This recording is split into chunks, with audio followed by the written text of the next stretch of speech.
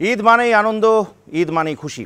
ঈদের যে এই আনন্দটা সেটা বহুগুণে বাড়িয়ে দিতে আমি দেবাশিস বিশ্বাস আপনাদের জন্য নিয়ে এসেছি একটি স্পেশাল অনুষ্ঠান, যে অনুষ্ঠানের নাম হচ্ছে আনন্দ হিল্লোল। যাদেরকে নিয়ে আমরা এই আয়োজনটি সম্পন্ন করব আপনাদের জন্যে, তাদের সাথে প্রথমে একটু পরিচয় করে দিচ্ছি। এই পাশে আছেন আমাদের সবার প্রিয় বেলাভেড মুনমুন আহমেদ, যাকে আমরা নৃত্যের সাথে তার জীবনের পুরো সময়টাই জুড়ে থাকতে দেখেছি। এই পাশে যিনি আছেন তিনি আমাদের দেশের জনপ্রিয় নাট্য এবং চলচ্চিত্র নির্মাতা চয়নিকা চৌধুরী। আমার এই পাশে আমার দেশি ভাই মীর সাব্বির, আমাদের সবার প্রিয় অভিনেতা। ওই পাশে রয়েছেন আমার আরেক ছোট ভাই মেহরাব, যার গান শুনে আমরা মুগ্ধ হয়েছি এবং মুগ্ধ হতেই থাকবো। আর এই পাশে যারা আছেন তার একটা টিম, আমি টিমের নামটা একটু বলতে চাই, কারণ একজনের মাঝখানে যিনি আছেন উনি মধ্যমণি হয়ে আছেন, ওনাকে আমরা চিনি, উনি হচ্ছেন অবন্তী সিথি। পাশাপাশি রয়েছেন কাজী নওরিন এবং সুরাইয়া শাকিলা শুক্লা। টিমের নামটা একটু বলে দাও, তোমাদের একটা নিশ্চয়ই নাম আছে টিমের। আমরা ইচ্ছে গান। ইচ্ছে গান মানে তোমাদের যখন ইচ্ছে হয় তখন তোমরা গান করো এরকম? মানে আমাদের ইচ্ছে মতন যা ইচ্ছে হয়, যেভাবে ইচ্ছে হয় সেভাবে গান গাই। যেভাবে ইচ্ছে হয় সেভাবে গান। আচ্ছা, আমাদের এই পাশে আরেকটা ব্যাপার ঘটতে যাচ্ছে, সেটা হচ্ছে যে জুমের মাধ্যমে আমরা কানেক্ট করেছি। আমাদের এই করোনা কালে যেটা হয়েছে যে আমরা অনেক বেশি এই সব ক্ষেত্রে এগিয়েছি এবং পুরো পৃথিবীটাকে আমরা এক করে ফেলেছি, একাত্ম হয়ে গেছি সবার সাথে। আমার এই পাশে আমরা উপরে দেখতে পাচ্ছি, এখানে রয়েছেন নুসরাত ফারিয়া, জনপ্রিয় অভিনেত্রী, জনপ্রিয় উপস্থাপিকা। ইনফ্যাক্ট প্রথমে তাকে এইভাবে আমরা চিনতাম, অসম্ভব স্পন্টেনিয়াস এবং অসম্ভব প্রতিভাময়ী একজন। এই পাশে রয়েছেন আমাদের সবার প্রিয় বেলাভেড শম্পা রেজা, মানে আমাদের সবার প্রিয় একজন নাট্যকর্মী। ও পাশে আমি নিচের থেকে যদি আসি, ওখানে দেখতে পাচ্ছি সালাউদ্দিন লাবলু সাহেবকে, আমাদের সবার প্রিয় ডাকসাইটে চলচ্চিত্র এবং নাট্য নির্মাতা এবং সে সাথে অভিনেতা। আর উপরে যারা আছেন তাদেরকে প্রথমেই ধন্যবাদ আমাদের সাথে জয়েন করার জন্য। টনি ডায়েজ এবং প্রিয়া ডায়েজ, আমাদের সবার প্রিয় জুটি। সবাইকে আসলে ইনফ্যাক্ট প্রথমে ঈদের অনেক অনেক শুভেচ্ছা, ঈদ মোবারক। কিন্তু উপরে যারা আছেন, Mir Sabbir of the record জানতে চাচ্ছিল যে জিজ্ঞেস করতে হবে যে তাদের ওখানে এখন কয়টা বাজে, কারণ তারা শুধু যুক্তরাষ্ট্র থেকে আমাদের সাথে জয়েন করেছেন। কয়টা বাজে? সকাল 8:49 বাজে। 6টার থেকে প্রিয়া ডায়েজ মেকআপ করা শুরু করেছেন।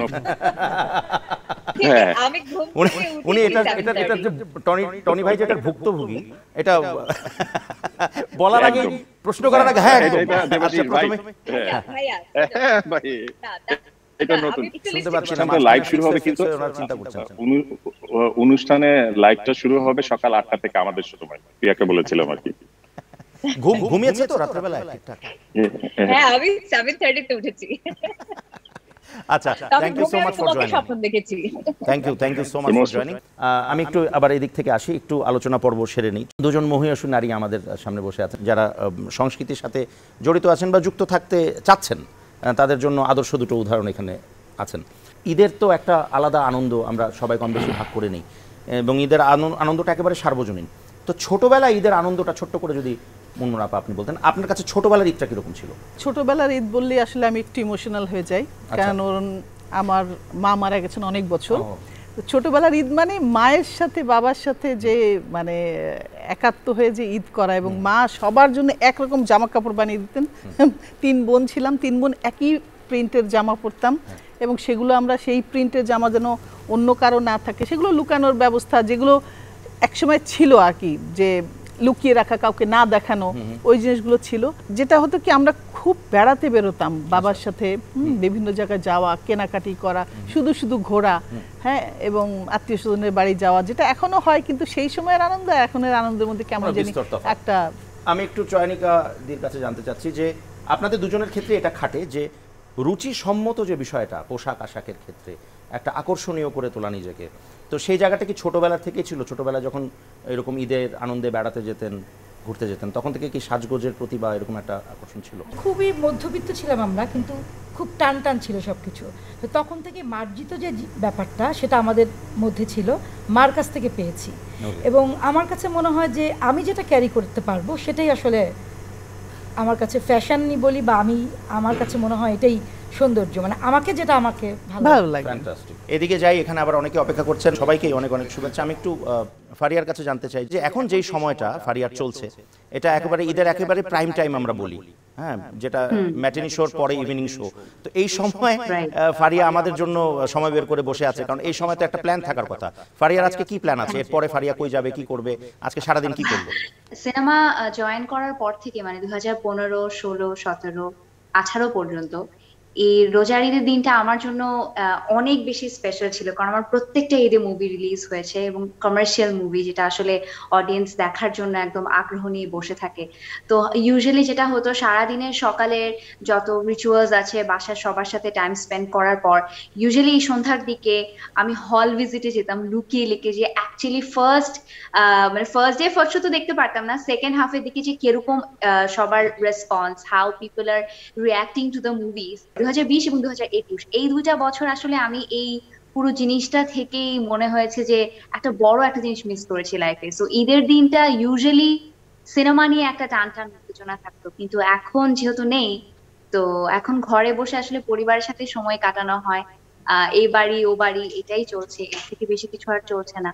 তবে আই এম রিয়েলি হ্যাপি যে সিনেমার দিক থেকে অনেক movies and dramas are coming up, যেহেতু অ্যাপের কারণে, এবং মানুষের ঘরে বসেও সিনেমাগুলো উপভোগ করতে পারছে।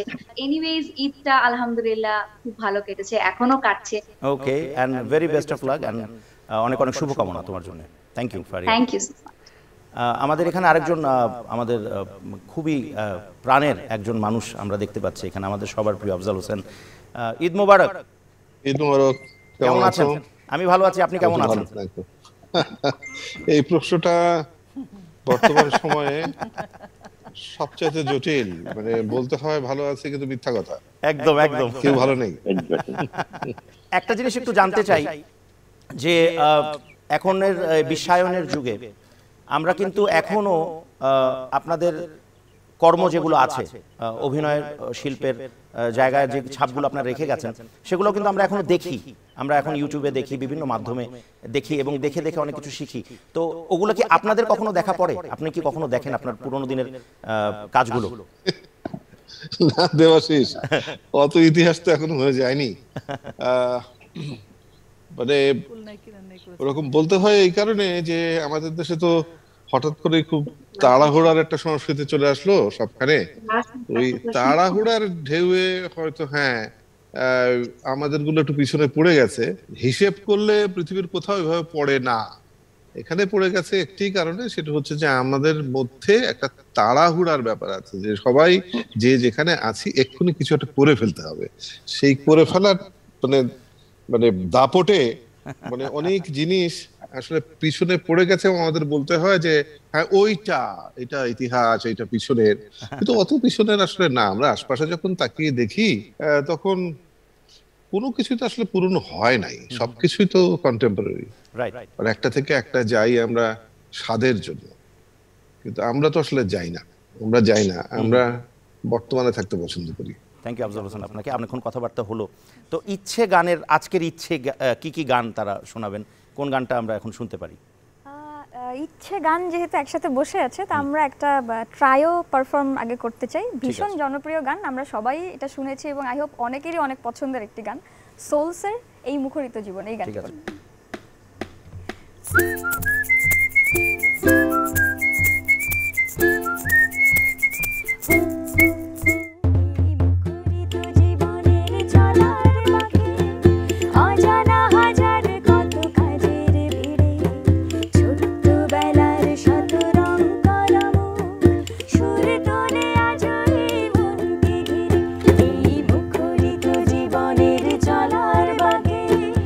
অজানা হাজার কত কাজের ভিড়ে, ছোট্ট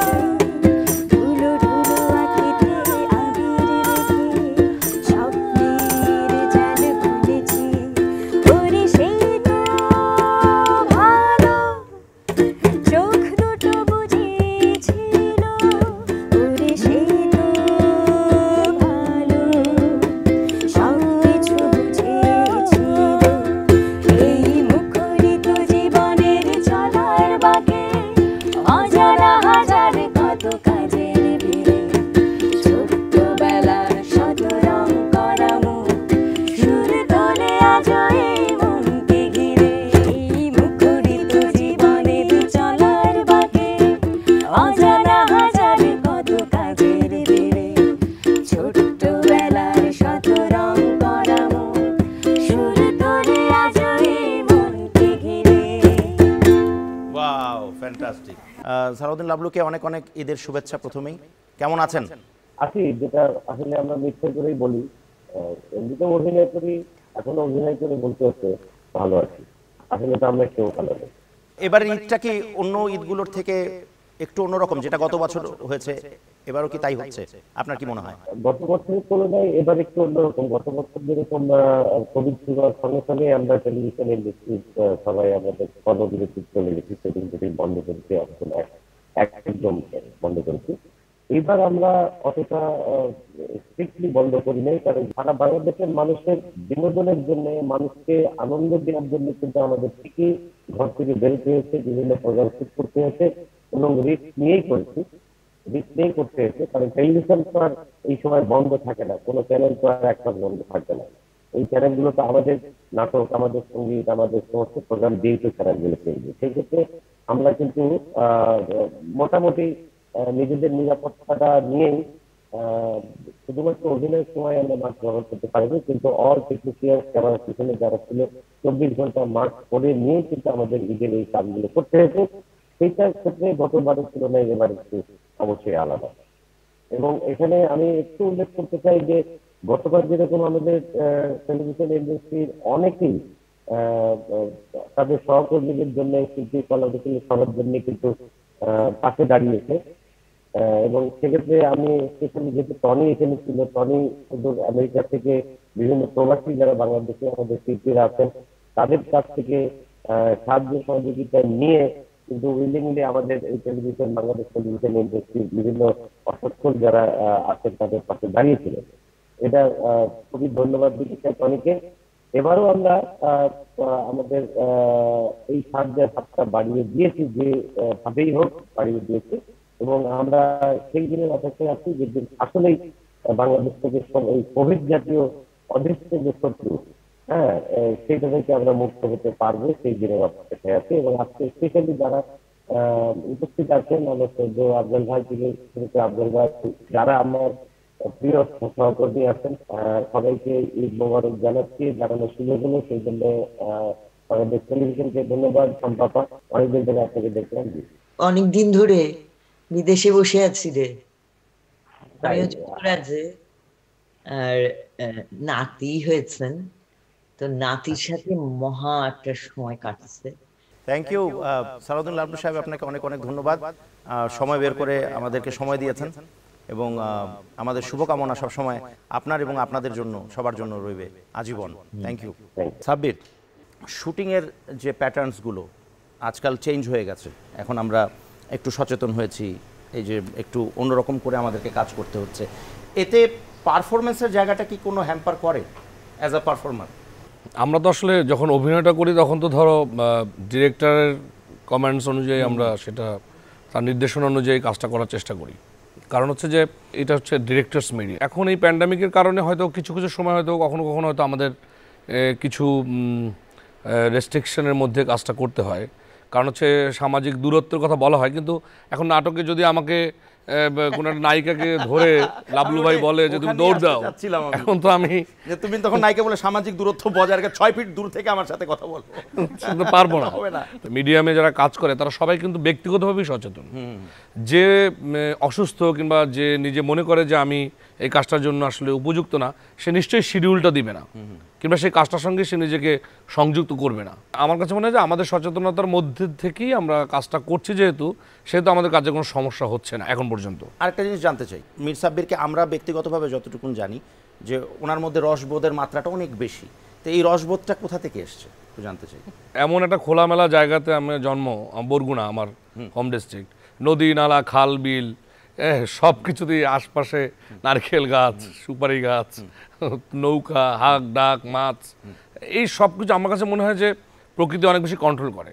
নানার ফ্যামিলিতে আমি শুনেছি যে অনেক বেশি কালচারালি অনেক ইয়ে ছিল তারা, আমার দাদার বংশটা কেউ ছিল না। আমার মা একসময় গান গাইতেন।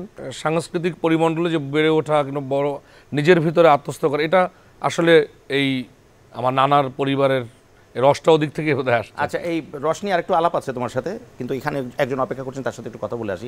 মীর সাব্বিরের প্রশ্নের কোনো অভাব হচ্ছে না। আরেকটা প্রশ্ন মীর সাব্বির করেছে আপনাদের কাছে যে একটু আগে সেটটা চেঞ্জ হলো কি করে, একটু আগে বাইরে ছিলেন, এটা আচ্ছা, এটা একটা মজার ইন্টারেস্টিং বিষয়। এটা বেশ মজা, কেন সেটটা চেঞ্জ হলো আর কি। আচ্ছা, এটা হচ্ছে লাইভের মজাটা আর কি। তো আমরা এখানে তো নিউ ইয়র্কে 4 মাস খুব ঠান্ডা থাকে, বরফ থাকে। এবার শীতটা খুব বেশি ঠান্ডা গিয়েছিল, অনেক বরফ পড়েছে আর কি। এখন তো স্প্রিং এর সময়, তো আমরা ভাবলাম যে সকালে বাগানে বসেই আমরা কথা বলি একটু।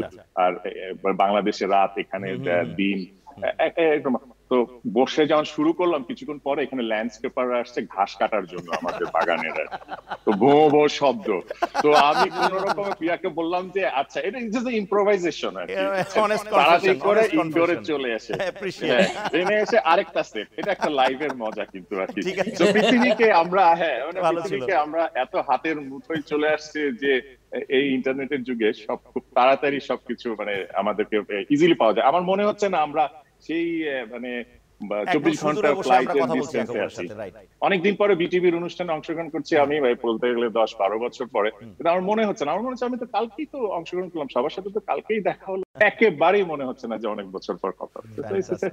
সবাই আমরা এক হয়ে আছি। একদম একদম। তো যাই হোক, এখন আমরা তো গান শুনলাম, আমরা গল্প করলাম, জুমে আড্ডা দিলাম। তো আমরা বলেছিলাম একটু আগে যে নাচে গানে ভরপুর, নাচেরও একটু ব্যবস্থা আছে আর কি। তো এখন যে নৃত্যটি পরিবেশিত হবে আর কি আমাদের সবার জন্যে, এই নৃত্যটি পরিচালনা করেছেন লিখন রায়, আর নৃত্য পরিবেশনায় রয়েছেন বিখ্যাত মডেল অভিনেত্রী হিমি, অভিনেতা আরশ এবং তাদের দল।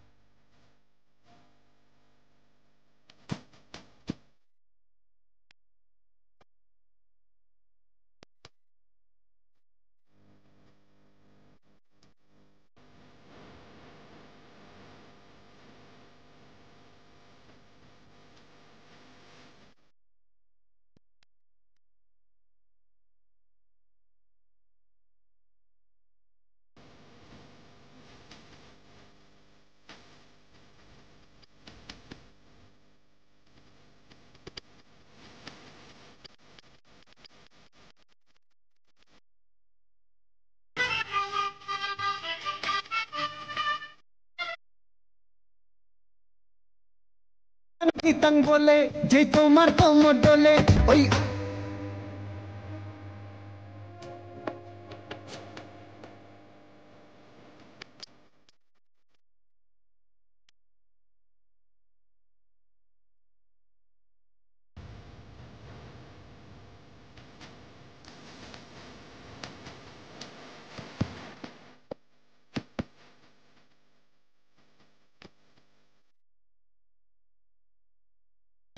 Sufatan adoni inaton iye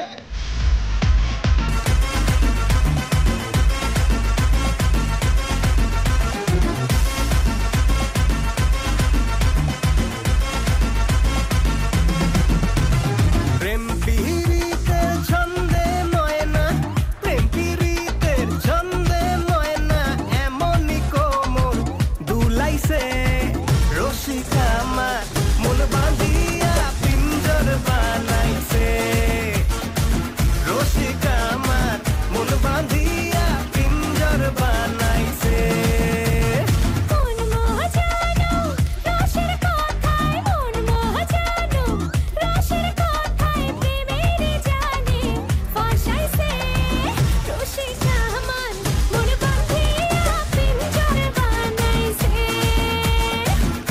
হাসিটা আমার মন বাঁধিয়া পিঞ্জর বানাই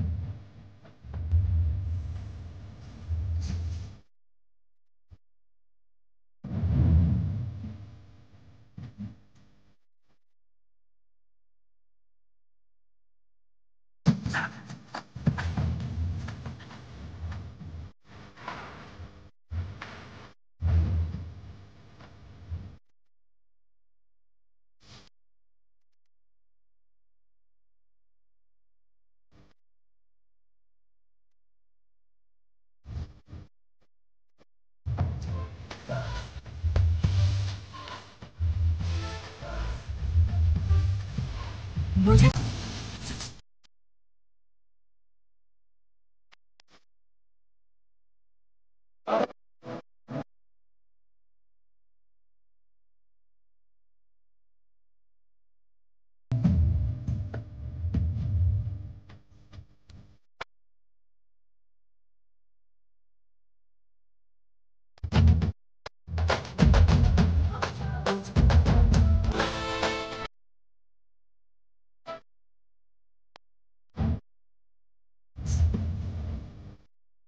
আমাদের ঈদের আনন্দ আসলে বেড়ে গেল।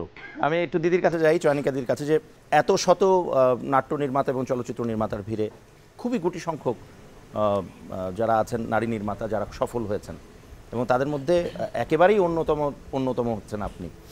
তো পরবর্তীতে এত সুন্দর সফল পথ চলার পথে আপনি দীর্ঘদিনের একটা লালিত স্বপ্ন ছিল যে সিনেমা করবেন। আপনি অনেকবার বলেছেন আমাকে যে আমি একদিন একটা ভালো প্রডিউসার পাই, আমার একটা গল্প আছে, আমি সিনেমা করব। অ্যাটলিস্ট একটা সিনেমা আপনি করলেন, এবং খুব সুন্দর একটা সুনির্মিত এবং খুব ভালো ব্যবসা সফল একটি চলচ্চিত্র, নাম হচ্ছে বিশ্বসুন্দরী। তো এখানেও কিন্তু ওই নারীদের প্রভাবটাই বেশি রয়েছে নামের ক্ষেত্রেও। তো গল্পটা কি ওই কারণেই মানে ওভাবেই আসা? গল্প আসলে অনেকদিন থেকে খুঁজছিলাম, পরে যখন অনেক গল্প দেখি মিলে যাচ্ছে, কোনো গল্পই মানে জুৎসই হয় না, মনে হয় সবই তো বানিয়ে ফেলেছে, এরকম একটা মনে হয় এত নাটকের ভিড়ে। পরে যখন আমার রাইটার রুমান রশিদ খান আমাকে যখন একটা গল্প বললো, গল্পটা শুনতে লাস্টে গিয়ে মনে হলো যে না, এই গল্পটা আসলে আমাকেই বানাতে হবে। আচ্ছা, আর আমি আমার দেশকে ভালোবাসি, এবং আমার দেশ 9 মাস যুদ্ধ করে আমার এই দেশ স্বাধীন হয়েছে। সো এবং সবাই আমাকে বলে যে আমি ভালোবাসার নাটক বানাই বা এটা আমি ভালো পারি। সো ভালোবাসার গল্প শেষে গিয়ে যখন মানুষ ধাক্কাটা খেয়েছে যে আসলে বিশ্বসুন্দরী কী, আসলে সেই বিশ্বসুন্দরী দেখতে গিয়ে যখন মানুষ ধাক্কা খেয়েছে, তখন আমার মনে হয়েছে যে না, এখানে আমি যেহেতু নারী, সো আমি একটা, আমাদের দেশে যারা বীরাঙ্গনা আছে এরাই আসলে প্রকৃত বিশ্বসুন্দরী। আমার মনে হয়েছে যত্ন, ভালোবাসা, বিশ্বাস এগুলো যদি একটা কাজের মধ্যে থাকে, তাহলে অবশ্যই এটার একটা আউটপুট পাওয়া যায়, রেসপন্স পাওয়া যায়। আচ্ছা, আমরা একটু আবার এদিকে নজর দিচ্ছি। সম্পারেজা কাছে একটু জানতে চাই যে এই যে ফিলিংটা প্রথমবার একেবারেই এমন একটা ফিলিং যেটা এতদিন পাননি, এই যে নাতির জন্য এই যে ভালোবাসাটা, এই যে বহিঃপ্রকাশটা, এই অনুভূতির জায়গাটা একটু জানতে চাই ছোট করে। না আগেও পেয়ে গেছি। আচ্ছা, পেয়েছেন? আমার নাতনিও আছেন। ও আচ্ছা, হ্যাঁ। এখন একটা এই ভাগাভাগির মধ্যে আছি, অর্ধেকটা দেশে অর্ধেকটা বিদেশে, এই তো এখন জীবনের। এবং এখন যেটা হচ্ছে, কোথাও গেলে তুমি কিন্তু আর জানো না যে তুমি কবে ফিরবে, অনিশ্চিত একটা সময়। আজকে আমার এত ভালো লাগছে যে আমার সব আদরের মানুষজনকে দেখছি, আমার নিজের ছোট্টবেলা থেকে খেলার জায়গাটাকে দেখছি, বিটিভি। ওখানে আমরা খেলেছি ছোটদের আসরে, যখন যেতাম তখন আমরা লুকোচুরি খেলতাম, সেই সব কথাও আজকে মনে হচ্ছে। এতদের সবাইকে দেখে আমার অনেক কিছু মনে পড়ছে, অনেক বছরের অনেক সৌন্দর্যে ভরপুর আমাদের বিটিভির অনুষ্ঠানগুলো। ভাগ্যিস ডিজিটালি আমরা এই পথ পেরোতে পেরেছি, দেখে সবার সাথে দেখা হচ্ছে। এই দেখা হওয়াটা মানুষে যে কি জরুরি, কারণ দেখা না হলে মানুষ বাঁচে না আসলে। থ্যাংক ইউ সম্পারেজা। ফারিয়া, নুসরাত ফারিয়ার কাছে যাব। হ্যালো ফারিয়া, জি শুনতে পাচ্ছি ভাইয়া। আমি যেটা জানতে চাচ্ছি যে আমরা 2020 বা 2021 তো যেভাবেই হোক কাটিয়ে নিলাম, 2022-এ নুসরাত ফারিয়ার কি এক্সপেকটেশন এই পৃথিবীর কাছ থেকে, বাংলাদেশের কাছ থেকে, নিজের কাছ থেকে? পৃথিবীর কাছ থেকে তো একটা এক্সপেকটেশন হচ্ছে কোভিড মুক্ত হয়ে যাক পুরো পৃথিবীটা, আমরা আবারও সবাইকে দেখতে পারি মাস্ক বিহীন ভাবে, সবাই যেন ঈদে কোলাকুলি করতে পারি, এই জিনিসটাই আমার কাছে এক্সপেকটেশন থাকবে 2022-এ, যেটা আমি জানি খুবই কঠিন। আই এম নট শিওর যে নিয়ার ফিউচারে এটা আমরা কবে দেখতে পাবো, বাট 2022-এ I am expecting really good movies ইনশাআল্লাহ, কারণ 2020 এবং 21-এ আমাদের অনেক বড় একটা লস হয়ে গেছে, অনেক বড় বড় সিনেমা যেগুলো তৈরি হয়েছে, অনেক অর্থলগ্নি করা হয়েছে, যেগুলো রিলিজ হতে পারেনি। তো আমরা যদি 2022-এ এই সুযোগটা পাই এবং এই সিনেমাগুলো যদি হলের মুখ দেখে, দর্শকের মুখ দেখে, তাহলে পুরো চিত্রটাই আবার বদলে যাবে, আবারও আমরা উঠে দাঁড়াতে পারবো। সো আমার আশা এবং দোয়া এটাই থাকবে যে আমরা 2022 যেন আমাদের অঙ্গনে যারা রয়েছে তারা যেন আবার সিনেমাগুলোকে হলে তুলে দিতে পারি, দর্শককে যেন আমন্ত্রণ জানাতে পারি। আমার তো এতটুকুই দোয়া থাকে। Thank you Faria, thank you thank so you, much. Allah হাফেজ। আল্লাহ হাফেজ। ওখানে আমাদের খুব প্রিয় একজন মুখ বসে আছে গিটার নিয়ে, আমাদের সবার প্রিয় ভাই মেহরাব, যে অসম্ভব সুন্দর গান করে। আজকে মেহরাব কি গান শোনাচ্ছ আমাদেরকে? শুরুতেই সবাইকে ঈদের শুভেচ্ছা, ঈদ মুবারক। আর আমি শুরুতেই আমাদের সবার খুব প্রিয় শিল্পী লাকিয়া খান স্যারের একটি গান করছি, আমায় ডেকো না, এবং আমার সাথে জয়েন করবে ইচ্ছে গান। ওকে। বিভাগীয় মন নিয়ে জন্ম আমার, বিভাগীয় মন নিয়ে জন্ম আমার, যায় না বাধা আমাকে কোনো পিছু টানের মায়ায়, আমায় ডেকো না, ফেরানো যাবে না, ফেরারি পাখিরা ধুলায় ফেরে না, আমায় ডেকো না, ফেরানো যাবে না,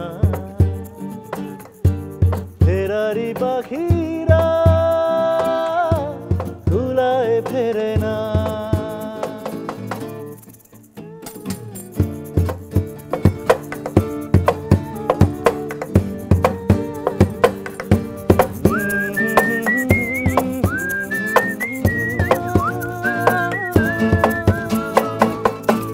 শেষ হোক এই খেলা এবারের মতো, শেষ হোক এই খেলা এবারের মতো,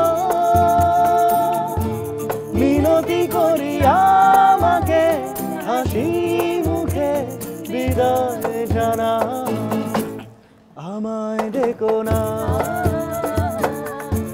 ফেরানো যাবে না, ফেরারি পাখিরা ধুলায় ফেরে না, আমায় ডেকো না, ফেরানো যাবে না, ফেরারি পাখিরা ধুলায় ফেরে না। আমরা একটু সাব্বিরের কাছে যাই। জীবনে অনেক ঘটনা ঘটেছে তোমার জীবনে, নাটকে অভিনয় করতে গিয়ে বা মঞ্চে কাজ করতে গিয়ে। আমি যখন প্রথম পৃথিবীতে আসি সেটাও তো একটা ওয়ান কাইন্ড অফ, এখন অনেকের কাছে শুনলে মনে হবে এটা একটা হাসির জিনিস। আমি মাত্র তখন বরগুনা থেকে ঢাকায় আসছি, এসে আমি বিটিভিতে এনলিস্টমেন্টের জন্য পরীক্ষা দিয়েছি। তো এখানে অনেক বিজ্ঞ প্রডিউসাররা বসা ছিলেন, আব্দুল্লাল মামুন, আতিকুল হক চৌধুরী থেকে শুরু করে একদম নাম করা মমতাজ স্যার থেকে শুরু করে সবাই। তো আমি ঢুকেছি, তো আমি তো খুবই মানে নতুন একদম ঢাকায় একদম। তো আমাকে প্রশ্ন করলো যে কি করা হয়, তা আমি বললো যে নাটক করা হয়। তা বলে কোনো গ্রুপ করা হয়? তো আসলে তখন পর্যন্ত আমি কোনো গ্রুপ করি না। তখন আমি বললাম যে জি, গ্রুপের নাম কি? তা আমি ইনস্ট্যান্ট তখন বললাম ইব্রাহিমপুর নাট্যগোষ্ঠী। বলতেছে যে এটা কোথায়? আমি বললাম যে এটা ইব্রাহিমপুরে, কারণ হচ্ছে আমি তখন ইব্রাহিমপুর থাকি। তো তা বলতেছে গ্রুপের, এখন তারা না কনফিউজ হয়ে গেছে, কারণ এত গ্রুপ ঢাকা শহরে, ইব্রাহিমপুর নাট্যগোষ্ঠীতে কোথায় এটা তো তারা জানে না। তো বলতেছে যে না, তোমার ইব্রাহিমপুর নাট্যগোষ্ঠীর সভাপতির নাম কি? আমি বললাম ওনার নাম পুরা নামটা জানি না, তবে কালাম ভাই বলে ডাকি, কারণ আমাদের দেশে এত কালাম সালাম এত বেশি, মানে সেই কারণে আমি একটা কালাম লাগাই দিচ্ছি। পুরা নামটা কি গ্রুপের? আমি বললাম জানি না, নতুন আসছে তো ঢাকায়, আগের নামটা জানি না, তবে কি জানি কালাম ভাই ডাকি আমরা। কি করো তুমি গ্রুপে? আমি তখন আমি ইনস্ট্যান্ট বলতেছি যে আমি এমন কিছু করি না, আমার একটু চেয়ারটা টানায় আর কি, আর একটু পুরি কেনার জন্য 3-4 দিন পাঠাইছে আর কি। তা বলে যে ও আচ্ছা আচ্ছা, তাহলে তুমি তো অনেকদিন ধরে গ্রুপ করো। হ্যাঁ, তুমি যে মিথ্যা কথা বলতেছো সেটা আমরা একটু বুঝতে পারছি, কিন্তু তখনই মনে হয়েছে এই মিথ্যাটা দিয়ে কাজ হবে। এখন কি তুমি, এখন তোমার অবস্থা কি? তোমার অবস্থা কি? মানে তোকে আসতে বলছে কি? আমাকে তো বলা হয়েছে এখানে আসার জন্য, কিন্তু বুঝলাম না আমার এখানে কোনো সিট নেই। আমি বলবো কোথায়? তোর সাইজ নাই তো, সিটও নাই, তোর সাইজে সিট নাই। এই জন্য দাদা মানুষজন বলে যে কখনো কারোর জন্য গর্ত খুঁজতে নাই, তার জন্য গর্ত খুলে সেই গর্তে নিজেই পড়তে হয়। এক কোম্পানির মালিক আমার কাছে চাইছিল, বুদ্ধি চাইছিল, সাব্বির ভাই, যে ভাই আমাদের কোম্পানির লোকজন খুবই অনিয়ম করে, কেউ টাইম মতো আসে না, আমার একটা বুদ্ধি দেন যাতে সবাই টাইম মতো আসে। তা আমি তাদের বুদ্ধি দিচ্ছি যে আপনাদের কোম্পানির লোক কয়জন? 70 জন। ভেরি গুড, 70 জন যেহেতু আপনি পুরো কোম্পানিতে 69টা চেয়ার রাখবেন। কেন? আর ঘোষণা দিয়ে দিলেন যে সবাই লেটে আসবে সে সারাদিন দাঁড়া অফিস করবে, এরপর থেকে আর কেউ লেটে আসে না। কিন্তু দেখেন আজকে আমার সাথে এই ঘটনাই ঘটে। তবে আজকে যেহেতু ঈদ, সবাইকে ঈদ মোবারক। ঈদ মোবারক। সবাই ভালো আছেন, আমি দাঁড়িয়ে আছি, সমস্যা না। আমার কাছে মনে হচ্ছে আমি টিচার, এটা স্টুডেন্ট। হাসলে কান ধরে বের করে দেবো। হাসাহাসি কিসের? অনেক বড় ফ্যান, আপনার গান শুনছি এবং আর আগে সামনেও শুনবো আর কি। তো আপনার ফ্যান হওয়ার পরও আমি যেটা বলতে চাই যে আমি কিন্তু ভালো গান গাইতাম এক সময়, মানে সিরিয়াসলি আমি মানে গানের প্রতি পুরো ডেডিকেটেড ছিলাম, অনেক ভালো গান গাইতাম। তো মাঝে মাঝে স্টেজেও মঞ্চেও করছি, দাদা তো সাক্ষী। হ্যাঁ, মাঝে মাঝে মঞ্চে গান গাই। তো সমস্যা যেটা হয়েছে যে একবার মঞ্চে ওঠার পরে আমি যখন গান শুরু করছি দেখলাম যে কেউ নাই, খালি একটা লোক লাঠি নিয়ে ঘুরতেছে। আমি বললাম ভাই আপনি কি আমার মারবেন? বলে না ভাই, আপনি আর্টিস্ট মানুষ, আপনি গান গান, আপনার কে আনছে আমি তার বেড়ে। তারপর থেকে মোটামুটি আমি একটু স্থগিত দিছি। 3টা ভাষায় আমি কথা বলি, বাংলা, ইংরেজি আর হিন্দি, বাকিগুলো বডি ল্যাঙ্গুয়েজে চালাই দিই।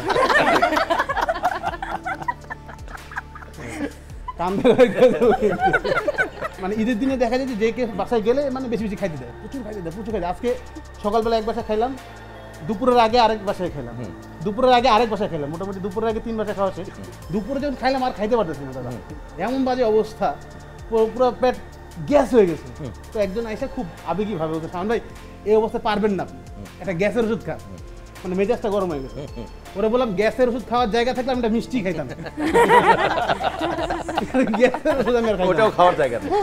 ট্রাফিকরা যেরকম আমাদের যারা ট্রাফিক অনেক কাজ করে দেখবেন সারাদিন ওরা দাঁড়ায় থাকে, মানে বিরক্ত হয়ে যায় না, একটা জায়গায় দাঁড়ায় সারাক্ষণ। বলে আমরা অনেক সময় ট্রাফিক উপর রাগ করি, কিন্তু রাগ করার কোনো কিছু নাই। তাদের কাজটা দেখেন, এক জায়গায় দাঁড়ায় থেকে সারাক্ষণ বলতেছে একই কথা বারবার, সবাইকে বলতেছে, তাদের ক্ষেত্রে বিরক্ত চলে আসে। সকালবেলা ট্রাফিকরা কি করে? সকালবেলা যখন ট্রাফিক করবো, দুপুর হয়ে গেল, তাদের তো ক্লান্ত আসে, তখন আর বলে না এই জায়গায় দাঁড়ায়, সব জায়গা থেকে নড়ে না। এই দুপুরটা পরে বিকেল হয়ে গেলে তখন আর জায়গাও নড়ে না, উনিও নড়ে না, সবই শেষ। আর যখন রাইত হয়ে যায় খালি দেখে। এখন কি তুমি, এখন তোমার অবস্থা কি? তোমার অবস্থা কি? ওইরকমই, মানে দেখা যাচ্ছে যে ডান্সের ক্ষেত্রে যেটা হয়, এখানে অনেকে ডান্স করে গেছে, মানে প্রচন্ড ভালো ডান্স করছে, অসাধারণ ডান্স। এবং ডান্সের কথা কি বলবো, পাশে কে দাঁড়াচ্ছে, মাফ করে দিন আপা, আগে ক্ষমা চাই। ডান্স করলে দেখবেন যে অনেকে মানে প্র্যাকটিস যা করে না, বাবারে বাবা, মানে শুরু হবে স্টেজে করতে হবে, তার আগে 100 বার 200 বার 300 বার এরকম মানে প্র্যাকটিস করে, যাতে স্টেজে কোনো রকম ভুল না হয়। তো ডান্স দেখে আমি একসময় দেখি একটা প্র্যাকটিস চলতেছে, অসাধারণ প্র্যাকটিস, রূপবানে নাচে, কোমর দুলাইয়া, সে কি কোমর দুলানি, সে কি এনার্জি। 300 বার প্র্যাকটিস করার পরে যখন স্টেজে আসছে তখন রূপবানে নাচে, কোমর কোমর আর উল্টো হয়ে গেছে। এখন কি তুমি, এখন তোমার অবস্থা কি? তুমি কি খেয়াল করছো একটা জিনিস, যে ও যখন ওই যে গ্লাসটা নিয়ে করে, তখন হঠাৎ করে আমার জুয়েলার্সের কথা মনে পড়ছে। আপনি তো মানে নামি মানুষের নাম নিয়েছেন, আমার কি মনে জানেন, আগে চা বেচতো, মানে যে লেভেল ওই লেভেলে চিন্তা ভাবনা। আসলে তুমি কোনটা? আর কিছু বাকি আছে? আর কিছু বাকি আছে? গরম চা ঠান্ডা করে দিতেছে। আমি আমার জিনিসপত্রগুলো লুকাই, আল্লাহই জানে।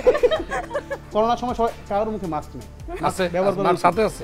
ঠিক আছে, পকেটে থাকাই ভালো। তোমার আছে? তাও তো ভালো। হ্যাঁ, আমার পকেটে আছে। দেখাও, মাস্ক পরে তারপর বলো। প্রমাণও দেখাইতে পারছো না? মাস্ক পরেই আমি এখন দেখাবো। মানে মাস্কের কিন্তু স্মল মিডিয়াম লার্জ আছে, আমি স্মলটা নিয়ে আসছি না, লার্জ।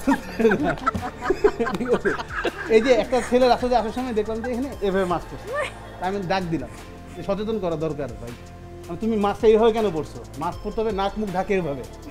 তো ভাই যারা মারা গেছে তারা কি মাস্ক পরে নাই? পরছে, তারা স্যানিটাইজারও লাগাইছে, সব দূরত্ব মেনটেন করছে, তারপরে মারা গেছে কেন? কারণ হচ্ছে কপাল। ভাই কপালে করোনা থাকলে কেউ বাঁচাতে পারবে না, তাই আমি মাস্ক কপালে পরছি। Thank you so much, thank you Shaon, big hand, thank you. আমরা একটু এদিকে নজর দেই। এখানে খুব একজন বড় আছেন, আরেকজন বুড়ো আছেন। বড়জন যিনি আছেন উনি চশমা পরে আছেন, বুড়োজন যিনি আছেন উনি হাসছেন খিলখিলিয়ে। আমরা কথা বলবো এমন দুজনের সাথে যারা ইদানিং আমাদের সঙ্গীতাঙ্গনে, বিশেষ করে ইউটিউব জগতে, মানে নেট জগতে আলোড়ন সৃষ্টি করেছে, এবং বাবা এবং ছেলের মধ্যে যে একটা মধুর সম্পর্ক আছে, বিরাজ করে, সেটা তারা গানে গানে তাদের ভাষায়, তাদের গানে প্রকাশ করেছেন। আছেন শুভাশিস, ভৌমিক এবং যুবরাজ। ঈদ মোবারক শুভাশিস, কেমন আছো তোমরা? ঈদ মোবারক বাবা, কেমন আছো তোমরা? ভালো আছো? আমি একদম ফার্স্ট ক্লাস আছি। আর তোমাদের দুজনকে পেয়ে, বিশেষ করে তোমাকে পেয়ে, আমরা সবাই যতটুকুন ভালো ছিলাম আরও বেশি ভালো হয়ে গেছি। এখন আমাকে বলো যে তোমাকে গান কে শিখিয়েছে? তুমি এত সুন্দর গান করো, তোমাকে গান কে শিখিয়েছে?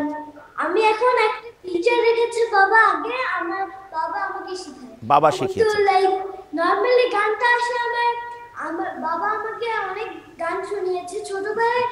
বাবা তার পার্সোনাল পেজে একটা ভিডিও দিয়েছে যে বাবা গিটার বাজাচ্ছে আর আমি এটার সাথে গান গাচ্ছি। তো আমি এটা জানতে চাই আমার শুভাশিসের কাছে যে এই কনসেপ্টটা মাথায় কি করে আসলো শুভাশিসের? কনসেপ্টটা আসলে ওরকম কোনো কিছু ভেবে কিছু করা হয়নি। আমি আমার সন্তানকে বাংলা সংস্কৃতির সাথে পরিচয় করে দিতে চেয়েছিলাম সবসময়, এবং আমি চেয়েছিলাম যে আমার ভালো লাগা গানকে আমি ভালোবাসি, সো আমি ওর সাথে কোয়ালিটি টাইম কিভাবে পাস করা যায়, এবং সেই টাইম পাস করাটাকে আমরা মুঠোফোনে বন্দি করে রাখতাম এবং আমার পেজে দিতাম মাঝে মাঝে। তো ওখান থেকে মানুষজন যখন ভালোবাসতো, এটা আমরা অনুপ্রেরণা পেতাম, এবং একটা সময় দেখলাম এটাকে ও খুব ভালোভাবে নিয়েছে, এবং আমরা এই মুহূর্তগুলোকে ধরে রাখার জন্যই আসলে কোনো কিছু প্ল্যান করে কিছু না, বাট এখন যেটা আমরা ফিল করছি দাদা, যেটা আমার কাছে মনে হয়েছে সামাজিক বন্ধন বা পারিবারিক বন্ধনটা আরেকটু দৃঢ় হয়, কিছু মানুষ হলো ইন্সপায়ার হয়। যদি একজন মানুষ ইন্সপায়ার হয় তাহলে আমাদের সার্থকতা। যেহেতু গানের কথা চলে এসছে, তোমাদেরকে আমরা দেখেছি, শুনেছি, গান গাইতে দেখেছি, গান শুনেছি তোমাদের, তো একটা গান কি হবে আমাদের জন্য, এই আনন্দ হিল্লোলের জন্য? হ্যাঁ, অবশ্যই আমরা চেষ্টা করে দেখতে পারি। আমি জানি না নেটের কারণে কতটুকু বাফার হবে, আমরা অবশ্যই চেষ্টা করে দেখতে পারি। ঠিক আছে।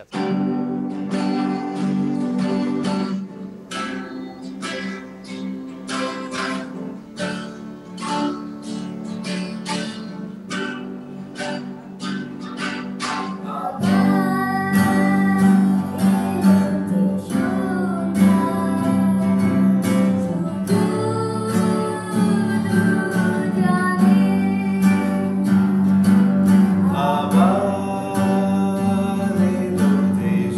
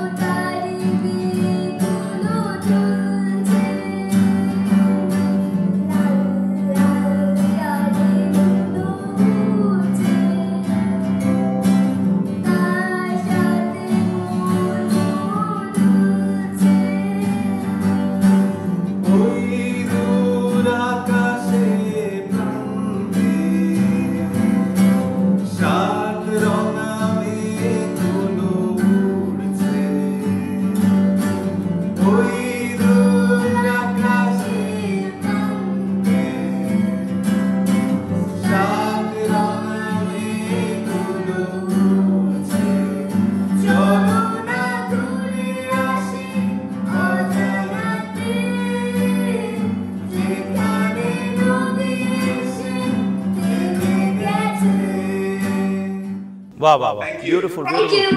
আমি বলতে চাই ঋতুরাজকে বলতে চাই যে তুমি তোমার গানে গানে যতগুলো ঋতু আছে পৃথিবীতে প্রতিটা ঋতুতেই তুমি রাজত্ব করো তোমার গান দিয়ে। তোমাকে এবং শুভাশিস তোমাদের দুজনকে অনেক অনেক ধন্যবাদ, থ্যাংক ইউ সো মাচ। এবার নৃত্য পরিবেশন করছেন ক্ষুদ্র নৃগোষ্ঠী শিল্পীদের একটি চমৎকার পরিবেশনা। নৃত্যটি পরিচালনা করেছেন শারিন্তা রেমা।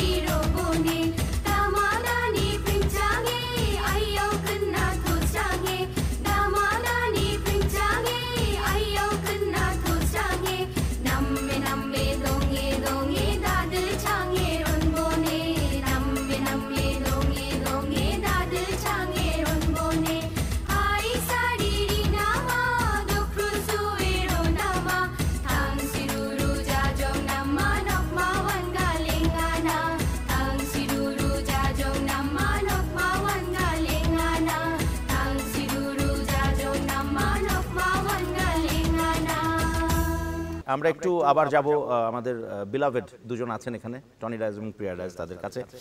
আমি টনি ভাইয়ের কাছে একটা প্রশ্ন করব, সেটা হচ্ছে যে বিদেশে এত বছর থেকেও দেশকে ধারণ করা যেটা আপনারা করছেন, তো এটা এত প্রতিকূলতার মাঝে কিভাবে সম্ভব হচ্ছে?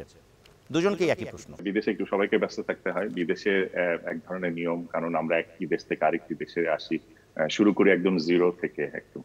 তো এখানে এসে যেটা প্রথম জেনারেশনটা আসে, আসলে আমাদের মধ্যে বাংলাদেশের মাটি শিকড়ের টানটা একটু বেশি থাকে আর কি। তো আমরা চাই আমাদের সংস্কৃতিকে বিদেশের মাটিতে, বিদেশের প্রজন্মের কাছে নিয়ে যাওয়া আর কি। তো আমরা সময়টা বের করে নিয়েছি। আর সবচাইতে এখন প্লাস পয়েন্ট হচ্ছে যে এখন টেকনোলজির কারণে কিন্তু সবকিছু ঘরে বসেই করা যায় আর কি। সো আমরা দুজনেই ক্যামেরা অপারেশন, এডিটিং, এগুলি মানে টেকনোলজি যে বিষয়গুলি, আফটার এডিটিং, আফটার এফেক্ট, এগুলো আমরা নিজেরাই সেই 7-8 বছর ধরে নিজেরাই শিখে নিয়েছি এখানে, যাতে আমরা কাজ করতে পারি ঘরে বসে। সো আমাদের বাসায় বেসমেন্টে আমাদের একটি স্টুডিও আছে টেলিভিশনের মতো। সেখানে প্রিয়ার নাচের ক্লাস হয়, নাচের স্কুল হয়, আমাদের এডিটিং প্যানেল, অডিও স্টুডিও সবকিছু আমরা এটা বানিয়ে নিয়েছি।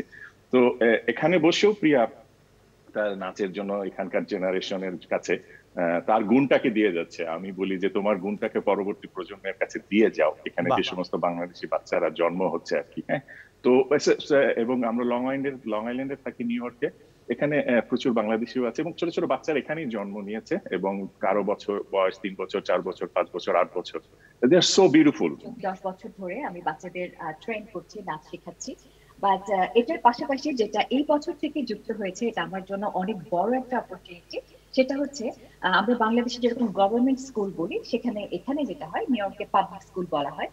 তো পাবলিক একটা স্কুলে আমি ইনস্ট্রাক্টর হিসেবে জয়েন করেছি, ডান্স ইনস্ট্রাক্টর, এবং আমি বাংলা কালচারটাকে লাইমলাইটে নিয়ে আসছি।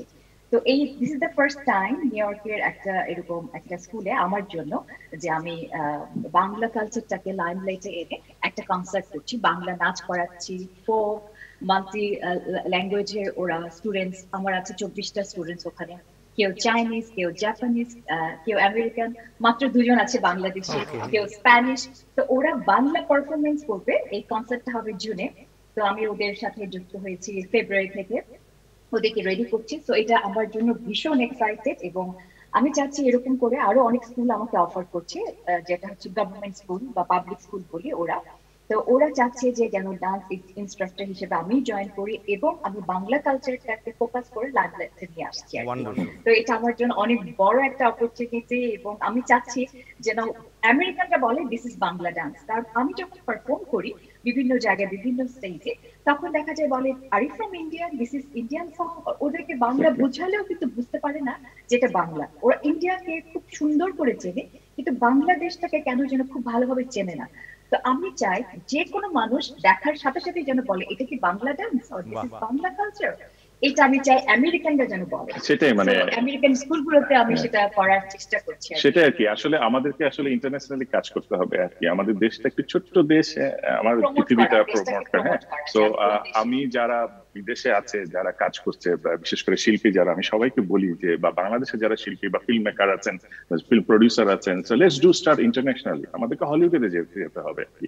সো আমাদের মধ্যে সেই ভাবনাটা কাজ করে, যখনই কোনো অপরচুনিটি পাই আমরা সামনে চলে আসি বাংলাদেশকে রিপ্রেজেন্ট করার জন্য, বাংলাদেশকে এগিয়ে নেওয়ার জন্য। তো আর স্কুলটাকে কেন পিক করা, সেটা হচ্ছে যে এখানে তো আমেরিকান বাচ্চারা গ্রো হচ্ছে, আমেরিকান পারফরমেন্স করছে, স্প্যানিশ যেহেতু সেকেন্ড ল্যাঙ্গুয়েজ ওরা পারফরমেন্স করছে, কিন্তু বাংলাতে সেটা হয়নি।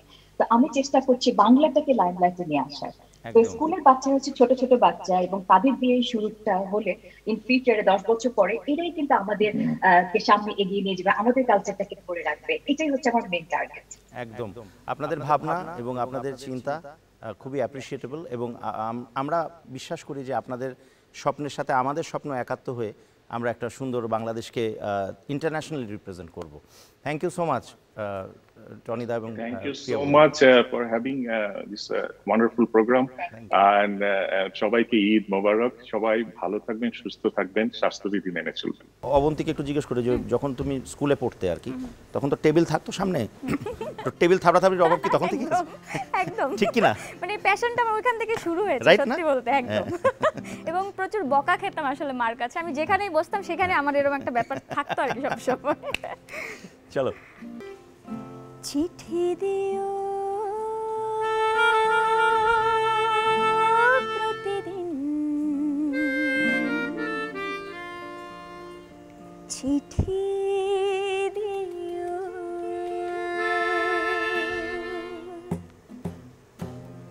চিঠি দিও প্রতিদিন, চিঠি দিও চিঠি দিও প্রতিদিন, চিঠি দিও নইলে থাকতে, নইলে থাকতে পারব না, চিঠি দিও প্রতিদিন, চিঠি দিও।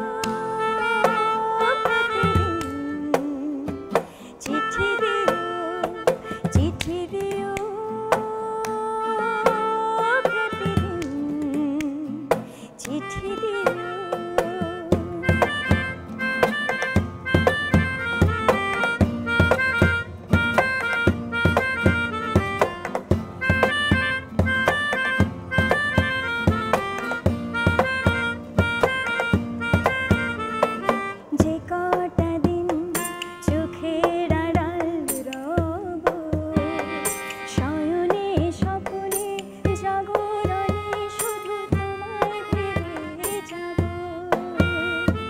যে কটা দিন চোখের আড়াল রব শয়নে স্বপ্নে সগরণে শুধু তোমায় ভেবে যাব আমার আমি তোমার মাঝে চিরতরে হারিয়ে গেছি বন্ধু তুমি মোর সাধনা নইলে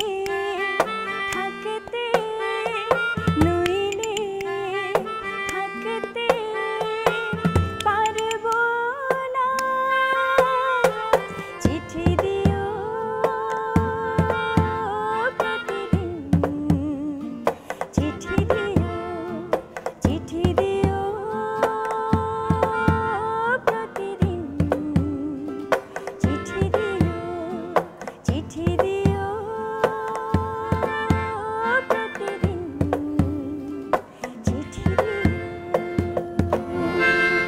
thank you, wonderful. Thank you. আজকে আমার বাবা থাকলে খুব খুশি হতেন, কারণ এটা তারই পরিচালিত একটি চলচ্চিত্র। চলচ্চিত্রের নাম হচ্ছে অনুরোধ, সেই চলচ্চিত্রের গান এটা। থ্যাংক ইউ সো মাচ, সবাইকে অনেক অনেক ধন্যবাদ। আমরা সবাই মিলে আমাদের এই ঈদ আনন্দটা আরও বাড়িয়ে দিয়েছি সবাইকে, সবার মাঝে এতটুকু বিশ্বাস আমাদের আছে। প্রিয় দর্শক, এই ছিল আমাদের আজকের আয়োজন, নাচে গানে আনন্দে ভরপুর আমাদের এই আনন্দ হিল্লোল অনুষ্ঠান। যারা দেখেছেন আশা করি তারা নিরাশ হননি, তাদের ভীষণ ভালো লেগেছে বলেই আমাদের বিশ্বাস। আর এই বিশ্বাস নিয়ে আমি দেবাশিস বিশ্বাস বিদায় নিচ্ছি আজকের এই আনন্দ আয়োজন থেকে। সবাই ভালো থাকুন, সুস্থ থাকুন, সাবধানে থাকুন। সবাইকে ঈদের অনেক শুভেচ্ছা। ঈদ মোবারক।